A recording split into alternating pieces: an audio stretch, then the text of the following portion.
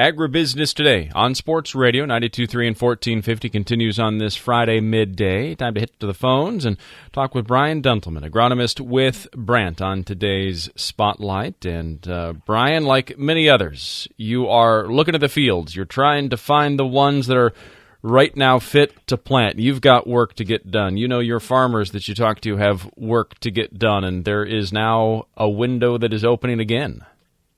Yeah. Hey, Steve. It's good to talk to you. And yeah, we're getting into hopefully our last little stretch of planting here with the weekend coming into the weekend with some sunshine and 80-degree temps. It looks like we're going to be able to go out and get the last bit of our plots planted up, and hopefully our customers can get some of the last bit of their fields planted as well.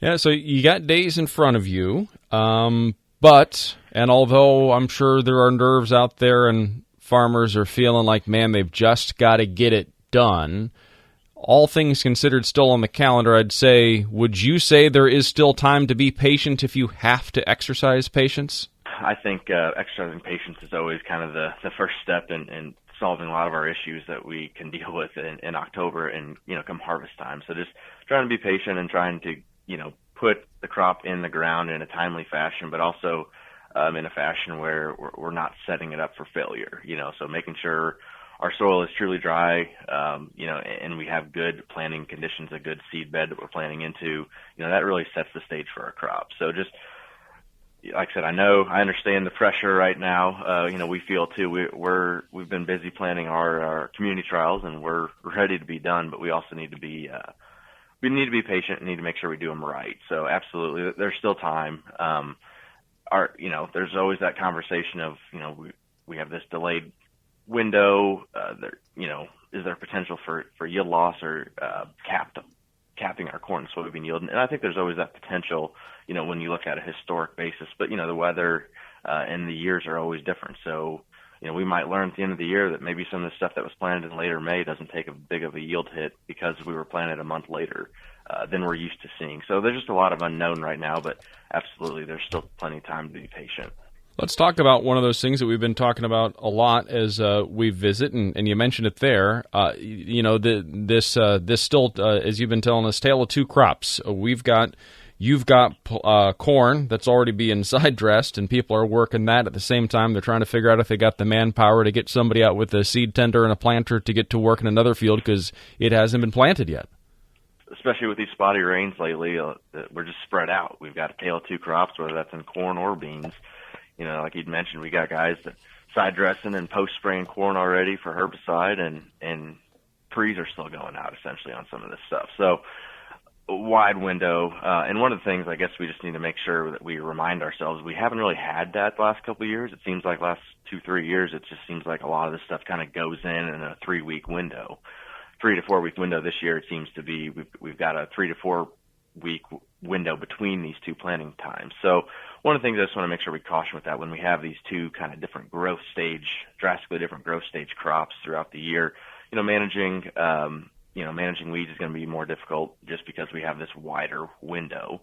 But managing things like insects and diseases are going to be a little bit more difficult just because when you got a crop that's way further advanced, either disease or insects can kind of breed and hang out in those earlier advanced crops. And then as those later planted crops develop, we can kind of get that second flight or that second flush essentially of either insects or diseases kind of affect neighboring later planted fields. So just something we need to make sure we keep an eye on, I think, in 2024, just to make sure when we have a tale of two different crops or two different growth stages, we really just need to make sure we're keeping an eye on diseases and insects and whatnot to manage. A little more on those insects, a little bit more on that black cutworm. Talk a little bit about how you want to manage, what you want to evaluate, and what you're going to check in the field if it's time to pull out some measures to address it. Yeah, black cutworm. Currently, we're right at our growing degree units essentially from when we've had that first moth flight until typically when we see first cutting. So if we got fields that are, if it's corn that's below, V4, or smaller than 4-leaf corn, that's where we're going to see potential cutting. So really, if your corn, if it's planted that first window in early April, I think a lot of our corn is past that growth stage of concern. It's really the corn that planted probably the last 2 weeks or so that's coming out of the ground. That's less than 4-leaf corn. That's going to be the issue, are the fields we need to make sure we scout for black cutworm. And really the big thing, I guess, if we want to dial it in even more on the black cutworm, when we get those moth flights that occurred in late April, early May, those moths are attracted to, weedy fields and vegetation. So those moths are going to go in and lay their eggs, in our winter annual weeds, or even by that time we had some summer annuals coming up. So just making sure we address those fields that, hey, if we can remember back to early May, fields that had still some green, some woolliness to them in early May, those were areas where those black cutworms were going to go and lay their eggs. Any of those fields that were planted into corn, we just need to keep an eye out for black cutworm, because again, we're reaching that those heat units since we've had that egg laying to start seeing cutting. So generally, cutting is going to start about the 4th inch star stage, or generally those cutworms are about a 1/2 inch to 1 inch long, and they're going to start cutting the plants at ground level or just slightly below ground level. Generally, when you see about 6 to 8% of your plants in a given area on average that are cut above ground, that generally warrants an insecticide application. But if those cutworms are below the ground and they're cutting off plants, below that growing point, our threshold is much smaller. Only 2 to 3% of your plants, when we start seeing cutting, that might warrant justification, or that might warrant our insecticide application. Something else I think to keep in mind on the black cutworm too is just going out there and identifying the size of the cutworm. Generally, once we get past a certain size of that cutworm, it actually slows down cutting, and it's going to pupate, turn into a moth, and stop that cutting. So if we are observing a near threshold level, but our cutworms are at that size where they're pretty much done growing and they're going to pupate and turn into moths, I really don't see the need for treating an insecticide in those cases. Talking to Brian Dentelman today, agronomist with Brant. Brian, what do you make of the start that soybeans have had this year, where they've been able to be planted in a timely fashion? Man, soybeans this year, Steve, are way better than I think last year. Just the way they look this year, they really look good. Last year, I think when we just look back, to a year ago, we were a lot cooler in May last year, and really we've had a very different May this year. We've been very wet, but not excessively wet. But we've also had our nighttime temps have not been nearly as low as we're used to seeing in recent years. And I think those kind of warmer nighttime temps has just really accelerated this crop, both in corn and beans. So I think it's really benefited our beans because they generally are just off to they're slower starting than corn generally. So I think these warm nights have really helped our beans. It's kept them growing, and it's kept them metabolizing that herbicide. We put out a lot of good residual herbicides out there to keep our water hem down. And I think we're seeing those beans able to metabolize this herbicide chemistry a lot better this year, which is a great thing, right? Because it's getting those beans off to a really good start. We've actually seen some of these beans that were planted in early April. We've actually got, we're 2 to 3 trifoliates on those plants already, and we've got really good nodulation occurring on those soybeans. So the soybeans are starting to essentially fix their own nitrogen with the help of bradyrhizobium. So we've got some good, nitrogen pumping into these soybean plants as well, which really kind of starts that rapid accelerated growth in soybeans when we can have good nitrogen fixation. What are some of the earliest planted beans you've looked at, if you can remember? The research farm there with Eric, he planted some in that time frame around Easter. I think it may be a day or two before Easter. I think those are some of the earliest beans we've seen. So again, I think a lot of those were sitting at that V3 growth stage. And I guess, one thing I do want to point out and say is last year when we planted things around a very similar time frame, some of the first flowers we saw were actually, the last, I think it was May 31st is the first flower I saw on soybeans last year. Not saying it's going to happen this year, but I think on some of those very, very early planted stuff, I wouldn't be shocked to see, flowers start popping up by next Friday. Just not that those fields are going to be full blown R1, but I think I wouldn't be shocked to see some flowers popping on some early planted soybeans by next Friday. And that's That's really good news. That's incredible. It has not been the easiest spring.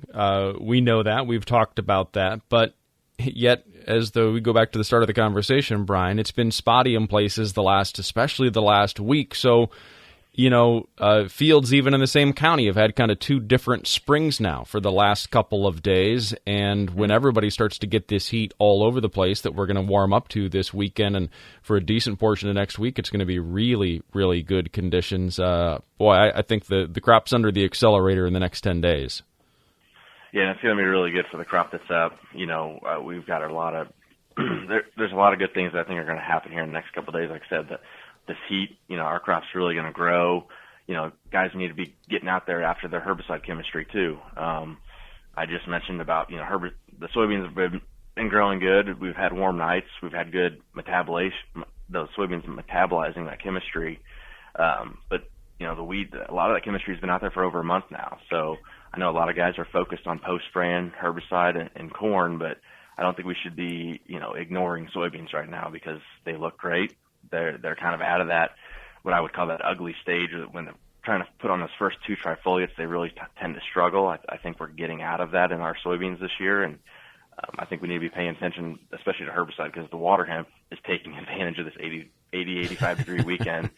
Water hemp, we all know how fast that stuff grows. So I don't want guys to ignore beans entirely, because I think we're going to start seeing that water hemp pop in our bean fields. And just kind of one last question about planting right now. So you get planted next couple of days in some of these fields that are really fit. You've got soil temperatures that are warm. We've got air temperatures that are warm. We've got obviously enough moisture. The emergence of the crop that's going to be planted in the next couple of days. Any special considerations or things to keep in mind there? How different is it to plant a crop in mid-May in these now conditions as opposed to, squeezing this in when it's 45 at night and 61 during the day in April?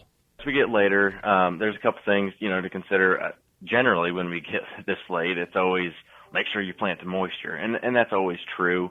But I just want to, again, make sure that that crop is in moisture, with this 85 degree, temperatures that we're going to have as well.